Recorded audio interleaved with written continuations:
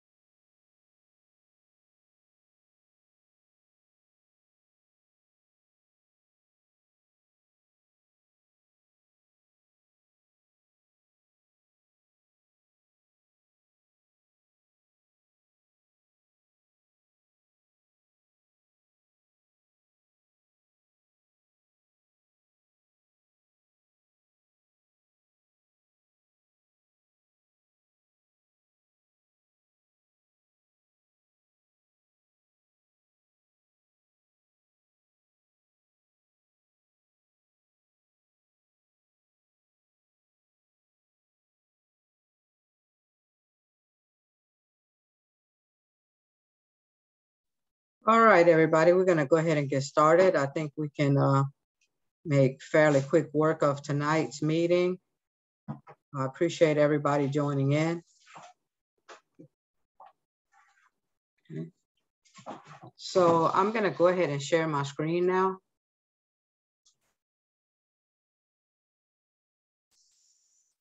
Can somebody just unmute and let me know if you're seeing the course homepage?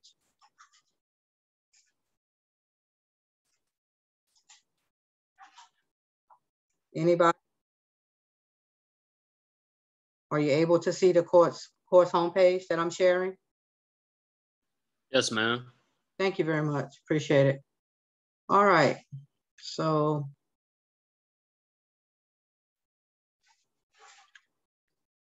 just to make you aware, there are some announcements that I've posted. One, reminding you about the project, and we'll talk a little bit about that tonight. Excuse me. The other, the video from our last class meeting. So if you weren't in class last week, there's a video explaining, you know, the material that I covered. And then once class is over tonight, I will be sharing the video that we're actually recording right now. I'll be sharing that in the announcements as well. It may take me a day or so to get it out, posted for you here, because I have to send it through captioning first. And once it's captioned, then I'll add it here in the announcements. All right, so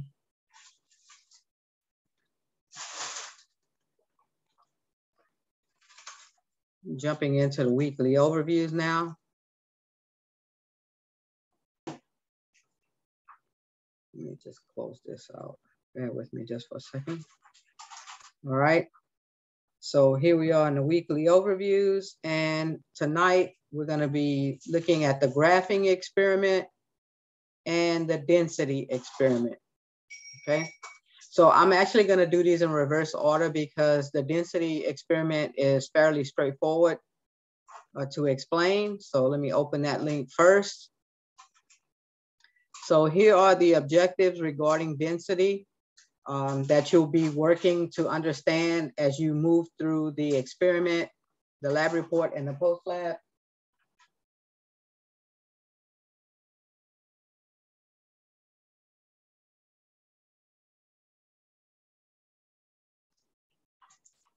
Okay. So to help you with meeting those objectives, I've created some activities for you.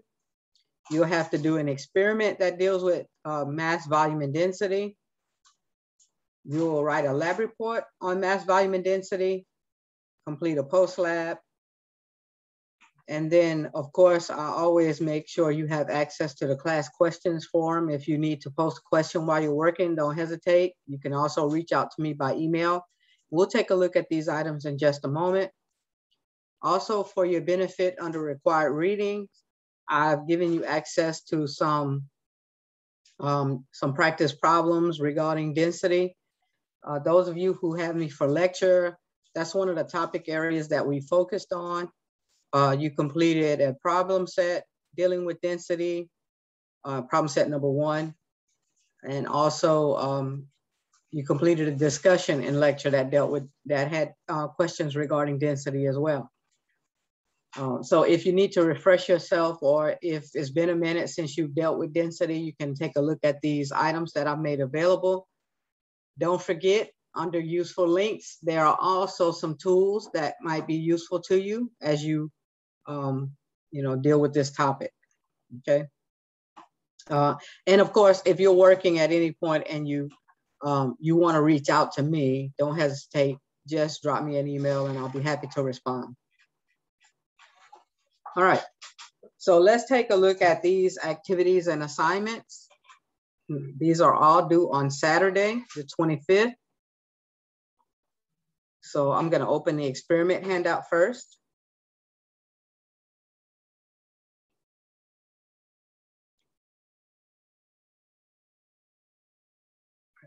Let's see if I can get this out the way. Yeah. All right. So what you're seeing here now is the experiment handout regarding density. Okay. And so as with everything, I always include goals and objectives that you're working toward. And then these are specific objectives regarding density, regarding this particular experiment, and they come right out of the weekly overview. And so what you're gonna do first is you're gonna click on this link and it'll take you out to a simulator. And I'll do that in just a moment, okay? I don't wanna have too many windows open at once. So we'll go take a look at the simulator. And then it tells you when you go out to the simulator, you're gonna go through the various tabs, and you'll see those when I open the actual simulator. There are tabs that deal with each of these areas, and you can take a look at them. And then you'll complete the simulation and answer the questions, the Viva Voice questions, and you'll see that tab in a moment. And then finally, I give you some instructions on how to print out the page once you answer those questions. So you're gonna save your questions page where you're answering the questions. You're gonna save it as a PDF, and then you're gonna email it to me, okay? And then you'll see that there are two other tabs, resources, and then don't worry about the feedback tab, okay? So let's go take a look at the actual simulator. I'll close this document down some and open up the simulator.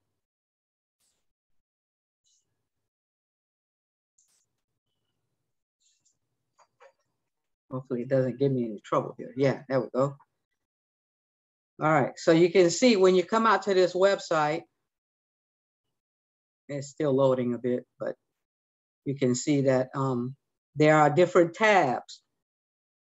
And so I told you to review the information under theory, procedure, animation, and video. So review the theory, look at the procedures that you're gonna be following, look at the animation, and then the video, okay? These are all like kind of like background information.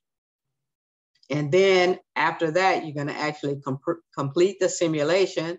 So you'll click on the simulator tab and complete the simulation. And then it says, answer the Viva Voice questions. So once you've done that, you'll go to this page, answer these questions, and you're gonna print this page as a PDF. Once you bubble in your answers, go up and print the page, save it as a PDF, and email that PDF to me. Resources provide some additional materials that you can, it's trying to load, but there's additional resources under the resources tab. And then don't worry about the feedback, okay? So that's basically the density experiment. You're gonna go through those items. Once you've completed the simulation, answer the Viva Voice questions, and you're gonna send that to me. Yes, it's going a little slow, but you see there are some resources that deal with density, okay? So any questions about what you're gonna do for the density experiment?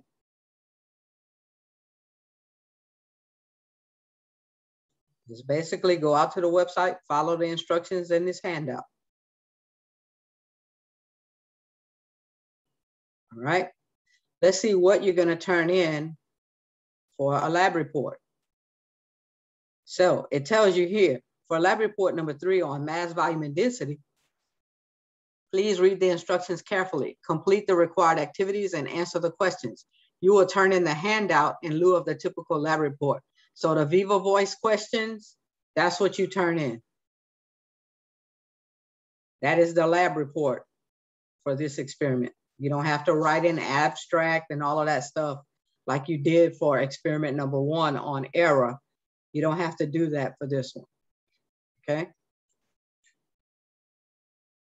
What are your questions on the density experiment?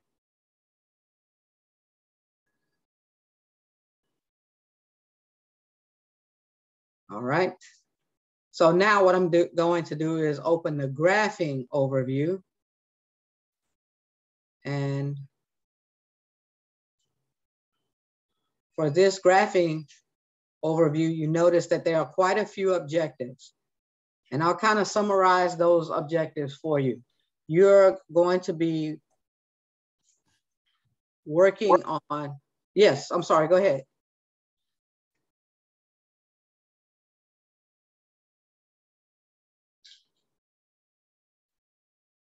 I noticed that somebody was maybe trying to ask a question. Was I wrong?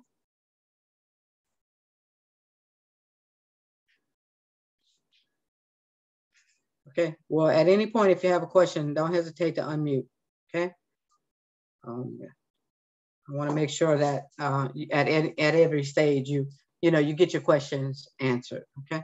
So as I was saying, you see that there are quite a few objectives for the graphing overview. And all of these objectives focus on one major concept: drawing a proper scientific graph. That's what this is all about. And the reason I need you to practice graphing now is because you'll be using it throughout the course. Just like last week, we looked at error analysis, and I told you last week that you'll be using error analysis, primarily percent error, throughout the course. Well, another technique that you'll be using throughout the course is graphing. And so you need to know how to draw a proper graph for scientific purposes. Graphing for scientific purposes is much different. It's very different than graphing in a math class. And the reason for that is because when you do a scientific graph, you're doing it to convey your data, your experimental data. You're using it to convey information about the work that you're doing, the experiment that you performed, the data that you've collected, the analysis that you've done. And so you have to have a good deal more detail in a scientific graph. And so I like to early on, get you comfortable with how you do graphing for scientific purposes. All right. So there are some activities that you're going to complete. All right. And I'll talk about them in just a moment. You also see here the link regarding the project. I'll come back to that after I'm done with this part of the, of the class. We'll talk about the project. To help you with your graphing overview, I've provided these resources. So the first link, you can go and do some practice on graphing. There are some videos on graphing, and there are some videos on best fit lines, which is very important if you're doing a linear graph, okay? So you can use these resources to help you as you work through the graphing experiment. And in fact, I would suggest to you that you come out and look at these resources under required readings viewings before you tackle the experiment, okay?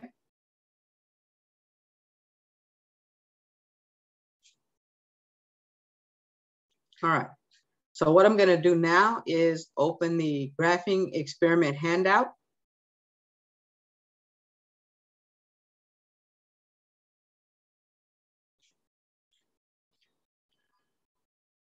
So again, there are some specific objectives here, and that's revolves around you learning how to do a good scientific graph, okay? So for this experiment, you're gonna go to the website listed there, okay? And we'll take a look at that website in just a moment. But I do wanna communicate to you if for some reason you have trouble opening the link when you click on it, you might have to copy and paste the link. I haven't been able to figure out like why sometimes some computers have issue with it, but if you copy and paste the link, it'll open. Okay. Also, if you save a copy of this document, this experiment handout to your computer or your laptop or whatever you're working on, the link will be functional. Okay. But you shouldn't have any issue just opening this document, clicking on the link and getting to where you need to go. All right. So we'll open that link in just a few. Okay. But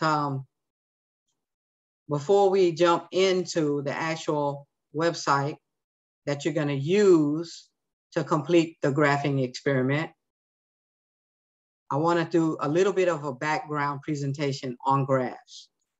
I don't cover this in a lecture class because we don't do a whole lot of graphs in lecture.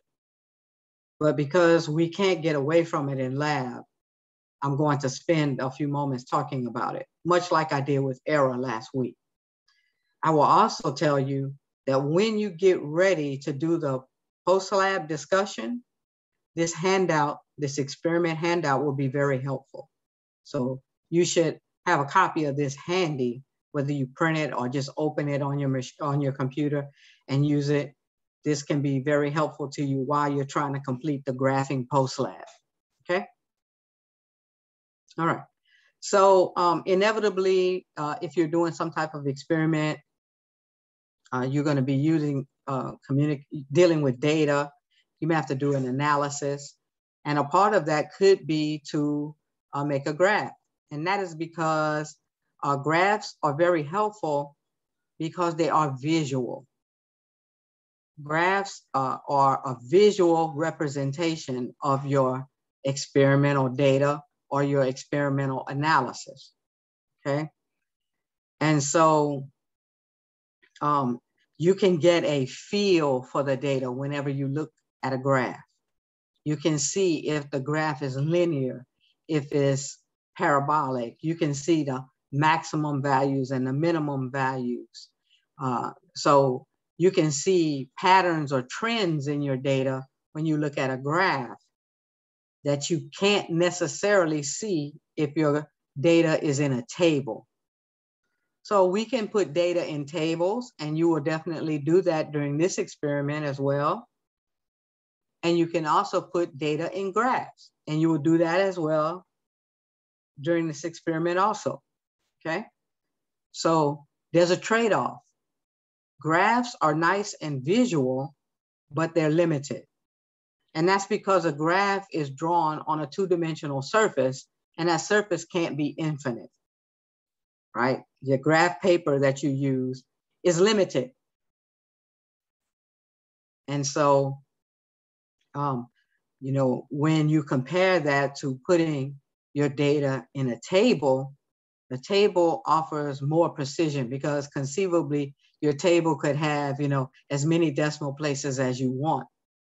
But a graph, you can't do that, okay? So keep that in mind, okay? Sometimes we put data in tables and that offers more precision because we can increase the numbers of decimal places. But sometimes we want we want to put our data on graphs because we can see visual patterns there, all right? Now, in here, we're gonna be using two-dimensional graphs. Like in math class, you say X and Y, right? So X is your independent variable that goes on the horizontal, and Y is your vertical, and that's your dependent variable, okay? And so you'll be using graph paper anytime you make your graphs. And the independent variable X is always increasing from left to right horizontally. And on a two-dimensional graph, your dependent variable Y is on the vertical and it increases from bottom to top, okay? We don't do three-dimensional graphs in this class at all. And you are not allowed to use computers to make your graphs. You must do your graphs by hand. You must design your own graphs by hand, okay? If you use computers to do your graphs, I will disallow them because I don't want I want to know what you're able to do, not the computer, okay? And so that means you're gonna have to go buy you a $1.09 pack of graph paper at Walmart, Dollar Tree, or wherever you like to get your graph paper from. Hold on just a moment.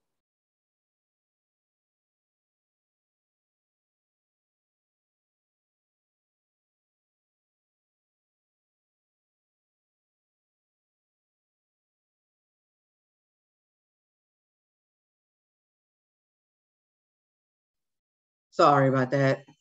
You know, the beauty of working from home, you got pets and everybody else to account for.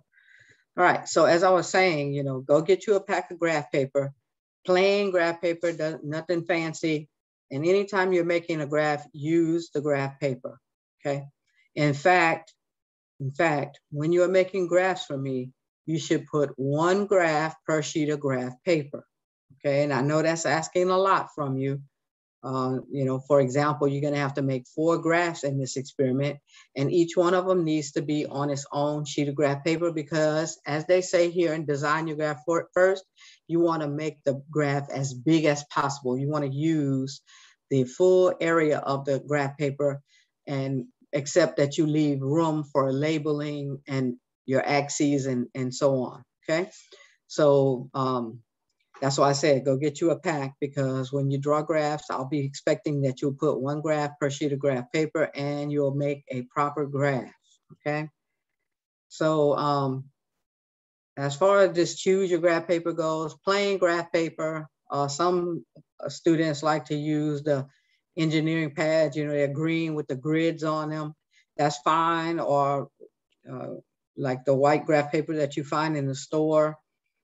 There's even a website. When we go to the experiment website, there's a link to where you can print off graph paper for free. The bottom line is the graph paper has been machine printed, and that means it's more consistent. If you draw a grid on a white sheet of paper or a lined sheet of paper to do your graphs, I'm going to take off points. I want them on graph paper, okay? Any questions about that?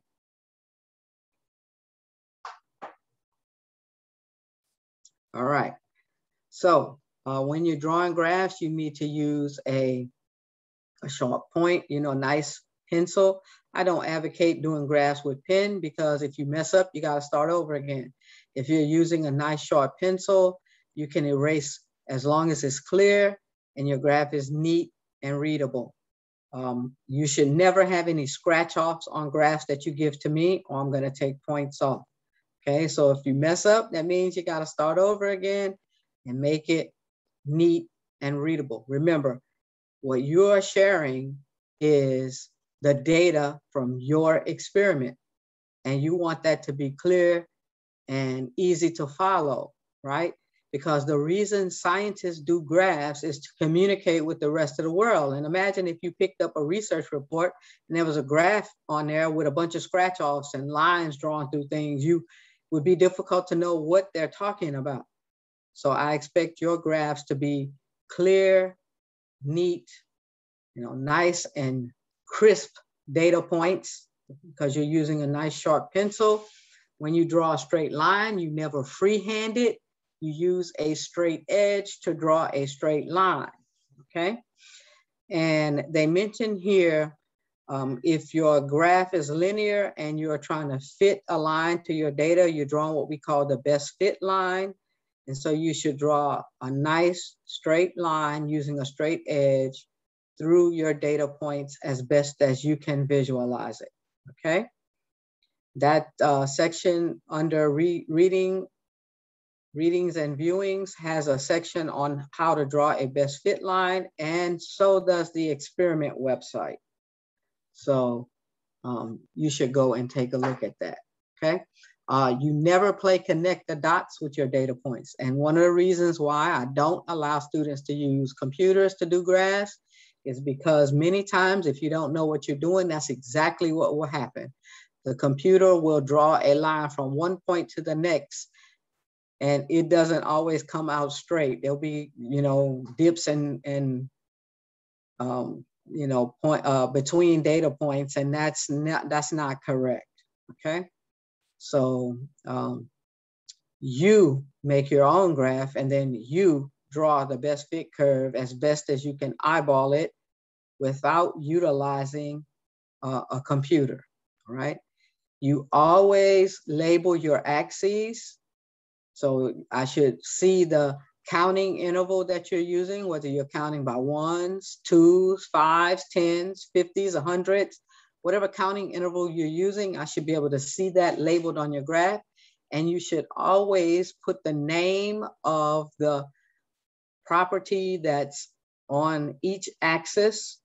So for example, you're going to be using circumference and diameter. So you need to put those names on the appropriate axis, and you put the unit that you're using, okay? If you have any special markings, you always add a legend to explain them, okay? It's not, it's very appropriate to include a legend, and you try to put it, in a place on your graph where it's not interfering with the information that you're graphing. Also, do not put your data tables on the graph, okay? Data tables are just that, tables. Put them on another sheet of paper. You can put it on the back of your graph, but do not put your data tables on the graph. Just think about it. What if your data table had a couple of thousand numbers, but and if you put that on the same page as your graph, that's going to be very confusing. So always add a legend to explain any special markings on your graph, and always put your data table on a separate sheet or on the back of the graph. That's perfectly fine with me, okay? Make sure you check appearance, because again, neatness counts. I take off points if graphs are messy, or I just don't even grade them, and you get no points for it. Step 6 here, no computer plots. So you can just cross through number 6 because you're not allowed to use them, all right? So now in this picture, bear with me for a second. I'm gonna try to zoom in just a little bit. So notice this is an example of a simple graph, okay? So they're using the X and Y plots, all right? X and Y as their horizontal and vertical variables, all right? And those little dark dots on the screen, those are their data points. And notice those data points, they're not in a perfect straight line, but this is a linear fit because I can draw a straight line almost through the middle of my data points. That's what a best fit line does. It cuts through the middle of your data points and it intercepts the axis. Notice in this case, it intercepts the y-axis at the value B, whatever B is, okay? And then also what you would have to do to make this a proper graph is to give X a name. So maybe X represents time and the unit being used is seconds. And you would have to give your vertical axis a name. So maybe Y represents force, and force has a unit of newtons. And so you will put the name of each variable, you will put the unit being used so that your axes have a label, and you would also give your graph a title. And in science, see, this is the difference with math. In math, you might just write problem number 3 and then draw a few points and draw a straight line and call it a day, rise over run, whatever. But in science, you would have to give your graph a title. And for scientific graphs, the title always starts with the vertical variable versus the horizontal variable. So if my vertical was force and my horizontal was time, the title for my graph would be force versus time. If the horizontal was diameter and the vertical was circumference, the name of my graph would be circumference versus diameter, okay? So you see already there's a difference because you have to follow certain conventions when you make a scientific graph, okay? The other thing that you notice is that because this graph is linear, you have to calculate the slope. And to calculate the slope, do not use your data points. Notice they're not using any of the data points to find the slope in this case. You pick 2 places on the line, not 2 data points, 2 places on the line that you draw, the best fit line. All right, and then you label those. Notice they give the values y2, y1, x1, x2. And then you will take those values and substitute it in the slope formula that's provided. To get the slope, you take y2 minus y1 divided by x2 minus x1. And then don't forget, when you calculate slope, pay attention to the units. It could have a unit or it could be unitless, but you need to pay attention to the units, okay? So if my vertical was force and my horizontal was time, I would have newtons per second as my unit for my slope. If my vertical was circumference and my horizontal was diameter, because both of those are measured in meters, it would be unitless because meters divided by meters cancels out. Okay, so pay attention to the units. If you don't properly label and give a title and put units on your graph, then you lose points, okay? Any questions about this whole graphing process?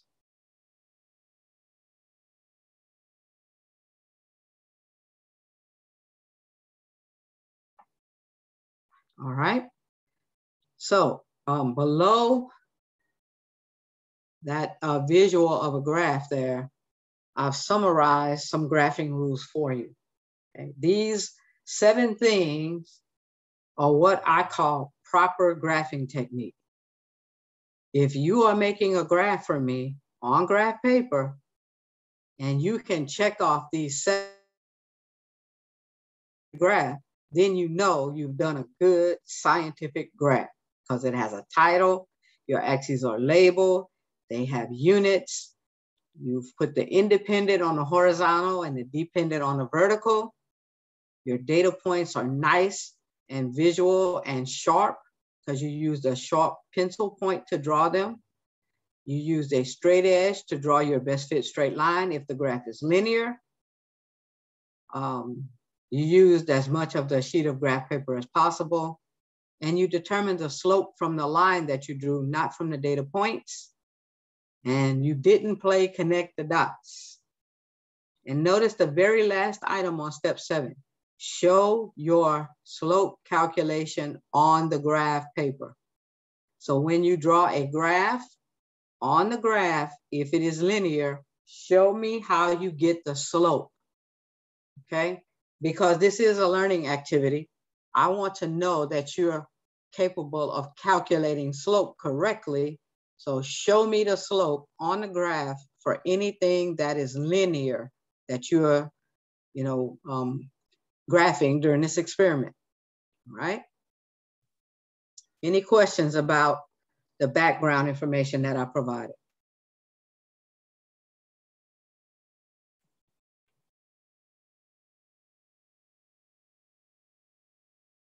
Okay, so what I will do now is I'm going to minimize this handout and I'm going to go ahead and open the graphing experiment website by clicking here. Okay. And so when you click the link that's in the experiment handout, you see it opens this website. This website is what you're going to use to complete the graphing experiment, all right? So the graphing handout, the experiment handout tells you what to do, what procedure to follow, and it gives you background information, just like last week. So when you get out to this website, you're going to use this to actually complete the experiment. So you're going to work through, notice on this website, there are 7 sections. See, 1, 2, 3, 4, 5, 6, 7. 7 sections. When you come to this website, please read all information carefully and do whatever it tells you to do in each of those 7 sections. So the only thing you don't have to do, and it tells you in the experiment handout, see, it tells you go to the website, read and follow all instructions and information provided that's being mentioned, except you don't have to take any quiz. I'm sorry, let me blow this up. See? Read and follow all instructions and information provided. Do not worry about the quiz that is being mentioned. You do not have to take any quiz. Complete all required activities and answer all questions. And then below that is the background information that I just covered. So the procedure for completing this experiment is to go to the website provided, read and follow all information in each of those 7 sections, do exactly what it tells you, except you don't have to take a quiz, okay? So when you come out here and look at the introduction, read all of that, read all of that, read all of that. And then the first thing they're gonna have you do is create a table. So you create this table, and then it tells you to plot a graph of the table. And then below that, there's another table that you complete, and you make a graph of this table. And then so on and so forth. You get to your next table, complete that table, and draw the graph. If you don't read the information, what happens is I get an email saying, I don't know what to do for the table. What am I graphing? Well, it means you didn't read, because they're telling you how to complete the table in the instructions. And they're telling you, once you've made a table, they're telling you exactly what to graph, okay? All right, and your last table, your last graph. And then after that, there are questions you have to answer, all right? So when you finish working through all 7 sections, you're gonna have 4 tables, you're gonna have a graph for each table, and then you're gonna have the answers to the questions in section 7. Do you follow that?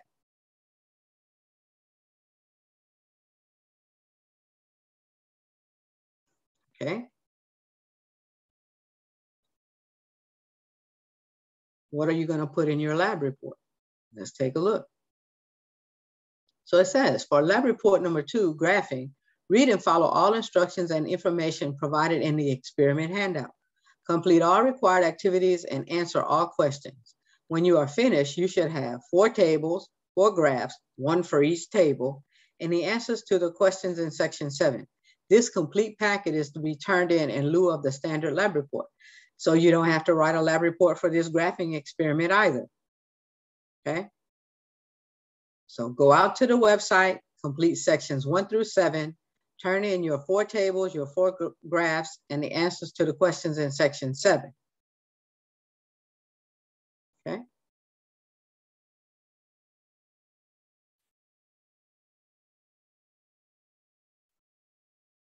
What about the post-lab activity? Well, let's take a look. Post-lab activity says what? There are some questions that you need to answer, and then you need to reply to 2 of your classmates. And remember, I told you that to answer these 5 questions, the experiment handout will be very helpful, okay? So by now you should start to see a pattern in the way things are arranged. Every week, you'll have overviews that you have to work through. Those overviews have objectives. They have some activities that you need to complete, and all of the items that you need to complete the activities. And then you have some resources that relate to that topic. Of course, you can always go under useful links to find some additional resources that might be helpful. And I always tell students, if you don't like my useful links or my videos, Google it. Okay. What are your questions on the graphing overview or the mass volume and density overview?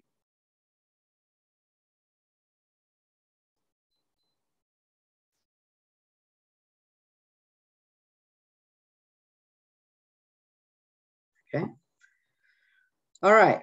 So let me just do a quick poll of everybody here today. This is a fairly small class. So is there anyone here tonight who is not in my lecture class? Me. Jackson. Yes. So Chance, you're in my lecture class. No, I'm not. Oh. No, Chance. Chance, are you in my one of my lecture classes? Maybe Chance doesn't have a mic. Let me stop share for just a moment, okay? So if you don't have a microphone, I'm only in physical science and lab. So lecture and lab, right, Chance?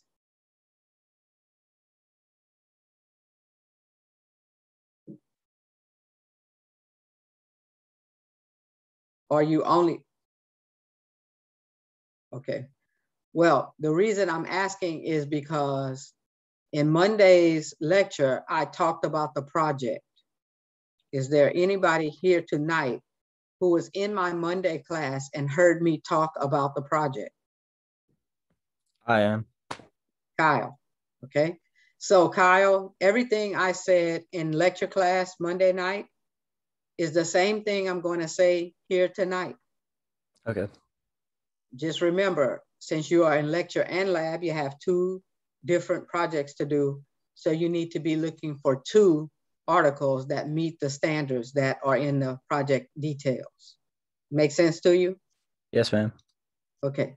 So if you don't have any burning questions about anything that I've covered tonight or the project, you're done. All right. Thank you. I'm only in your lab too. Sorry? I'm only in your lab too. You're only in my lab? Yes, I know you're in my lab, but are you in lecture? Yes, ma'am. With me? No, ma'am. It's in person. Oh, okay. You have another instructor for lecture class. Yes, ma'am. Okay. Jackson, you mentioned that you're not in a lecture class. Am I right? Yes, ma'am. I took your lecture class last semester. Oh, so you had to complete a project for me last semester. Yes, ma'am. Okay. So then you know the rules for the project because you had to do one last semester, right? Yes, ma'am. They stay the same, like 16 pages or whatever. The article has to be 16 pages, Yeah. not summary, right? Okay, so here's what I want you to do, Jackson. I want you to make sure that you look over the project details again. And if you have any questions, don't hesitate to reach out to me. But I am not going to say anything different here than what you had to follow last semester. Sounds good. Okay, okay. So I think that's Kyle and Jackson. You're off the hook. You don't have to stay here and listen to me talking about the project if you don't want to. Chance, your name seems awfully familiar. Have you had me for a class before?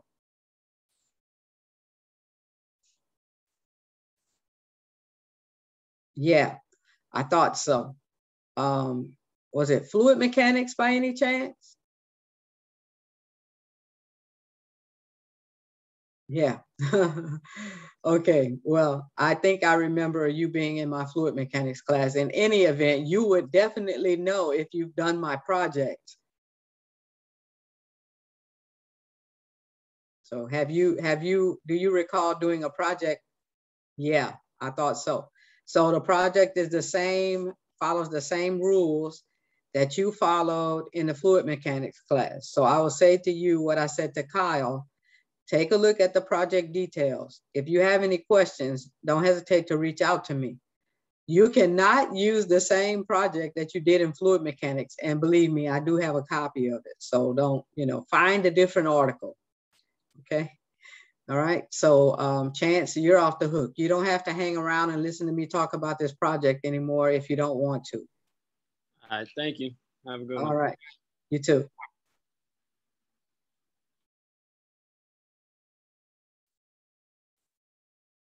All right, Chance, have a good weekend. Connor, I think that just leaves me and you, right? Yes, ma'am. Okay, so here's what I'm gonna do. I'm gonna go back into sharing my screen. All right.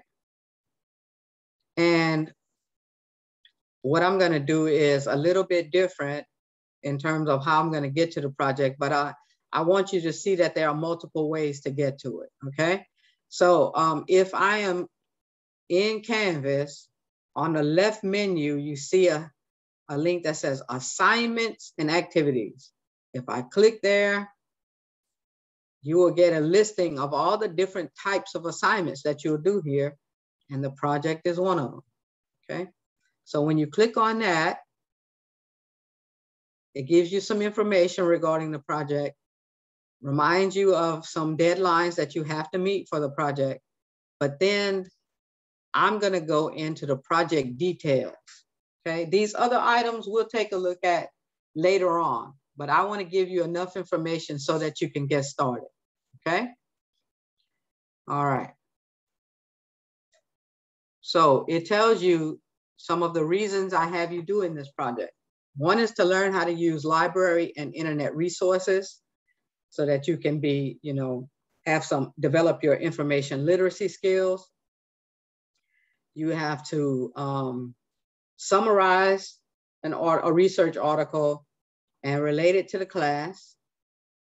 And then the other thing that you're going to be learning in a limited capacity is APA format. And we'll talk about all that APA stuff when we get past the finding the article, okay? So what you're going to be looking for, if you see the directions here, you're looking for a peer-reviewed research journal article. A peer-reviewed research journal article is like a fancy lab report. So some scientists out there did some research and they published their work, they published their findings in a peer-reviewed research journal article. And so you could think of it this way. This scientist was doing some research and they wanted to write a lab report to tell everybody what they've done. And then once they wrote that fancy lab report, they put it in these research journals so that other peers, other people in the field and people at colleges could have access to it. And the reason they want everybody to have access to it is so it could be critiqued and so people would know what they've done and could repeat it if they wanted to, okay? So your job is to find one of those research articles, read it, and tell me what it's about in your own words. And you also have to tell me, how does the article that you're reading relate to what you are studying in lecture or lab, okay? So if you're in both classes with me, if you're in my lecture and my lab, you have to do two different projects. If you're in lecture with somebody else, I don't know what they have you doing, okay? So, that's one of the reasons why I want you to get started early, because if you have to do two projects, it's time consuming, right? You want to give yourself enough time, all right? So I've given you the areas that your article must be related to. And let me fix this right quick because I didn't catch this before. I left off astronomy. So I'm going to put it right here, because that's one of the topic areas that students like a lot. So I want to make sure you have that. You can use that category, okay? So this fancy lab report that you're looking for must be related to mechanics, which is motion, energy, waves, astronomy, or thermodynamics. And let me be very clear about that. You want to be looking for articles that are science oriented, Okay, I don't need economics articles, history articles, philosophy articles, all that kind of stuff. You're looking for a science article related to one of those 5 categories. Okay, all right. So do you follow so far? Yes, ma'am. Okay, now how can you find these articles? Because my goal is for you to find one of these articles without having to pay for it. So I've given you 3 options for finding an article that you won't have to pay anything to do that.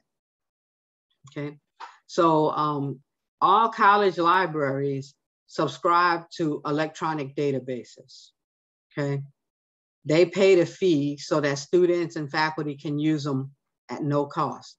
River Parishes has electronic databases. And the way you can get to that information is by clicking on the RPCC library tab. Okay, you open that library tab. Well, it tells me to open it up in a new tab. Their website comes up, and then you scroll and you see how to use library resources. Okay, so it tells you how to access library resources, how to use library resources. And one of those things it explains is how to use their databases. Okay, your job, if you want to use the library to find an article, is to go and look at that material on how to use the college's electronic databases and then use it to find an acceptable article. Okay. Now, I know that the temptation is, well, I'm just going to Google it. Well, you're going to find a lot of peer-reviewed or scholarly articles just by Googling. The problem is that when you try to get a copy, they're going to ask for your credit card. And these articles are very expensive many times, between $30 and $40 for a single article. I do not want you paying, so please stay away from trying to Google it. If you pay for an article and it turns out it's the wrong thing, you lost your money. Because I'm telling you up front, don't do that, okay? You might not want to use the college's electronic database. So I've given you 2 other avenues. The website Hindawi houses peer-reviewed articles. The way you use Hindawi is you come up to the search button and you type what you're searching for. I think I spelled that right. So that's what I'm interested in. And look, I got 3,488 articles that deal with meteorology, okay? Now, I would then have to look at these articles and find one that is, relevant to one of those 5 topic areas, okay? So whatever you put in, then you're gonna have to go in and narrow your search to try to find articles just on topics that you're interested in that area, okay? The other thing is, and you'll see in just a moment, is that you have to make sure you pick an article that's long enough, and we'll talk about that in just a moment. The other avenue that I've given you is to use the RXiv app. You see that, ARXIV. And that app is free when you go to the Play Store or the iTunes Store. When you go in and do a search, this is the logo that you'll be looking for. It has like a logo with an X through it. That's how you know you have the right app if you want to use an app. The nice thing about Hindawi and the app is that they only have peer-reviewed journal articles. They don't house anything else. The library, on the other hand, unless you restrict your search, you're going to get way more things than just peer-reviewed or scholarly articles, okay? So just be aware of that. The other thing that I mentioned is that your article has to be long enough. Please, please, please hear this. Your article, the thing you have to read, the thing you have to go find, it has to be 15 pages long, not including the references, okay? In other words, the references have to start on page 16 in order for the article to be long enough, okay? You are not writing anything that's 15 pages long for me. You are reading something that is at least 15 pages long. Okay? Does that make sense to you? Yes, ma'am. Okay. Now, you have until 11:59 p.m. on Saturday, 23 October. That is the deadline for getting your article approved. After 11:59 p.m. on Saturday, 23 October, I am not going to review or approve any articles that you send me. Okay? I'll just tell you the deadline's passed, and that means you're going to lose points. Okay? Tells you if you don't get an article approved by the deadline, you lose 20 points. All right? How do you get your article approved? Well, you have to save the article as a PDF file and you email it to me. Hey, Doc Z, I found this cool article. Can you take a look and tell me if I can use it? If I approve it, I'll let you know. I'll say, yes, this is fine. Or I'll tell you, no, you can't use this and here's why not. And then you continue your search. You have until 23 October, 11:59 p.m. After that, you're on your own. You can still do the project, but you're going to lose points. Okay? Does that make sense to you?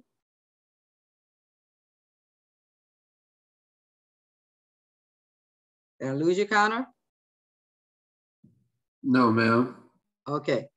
All right. So while you're looking for your article or articles, if you're in both of my classes, if you have questions while you're working to find an article, don't hesitate to reach out to me. I'll be happy to answer your questions so that you know you get what you need and you don't lose points.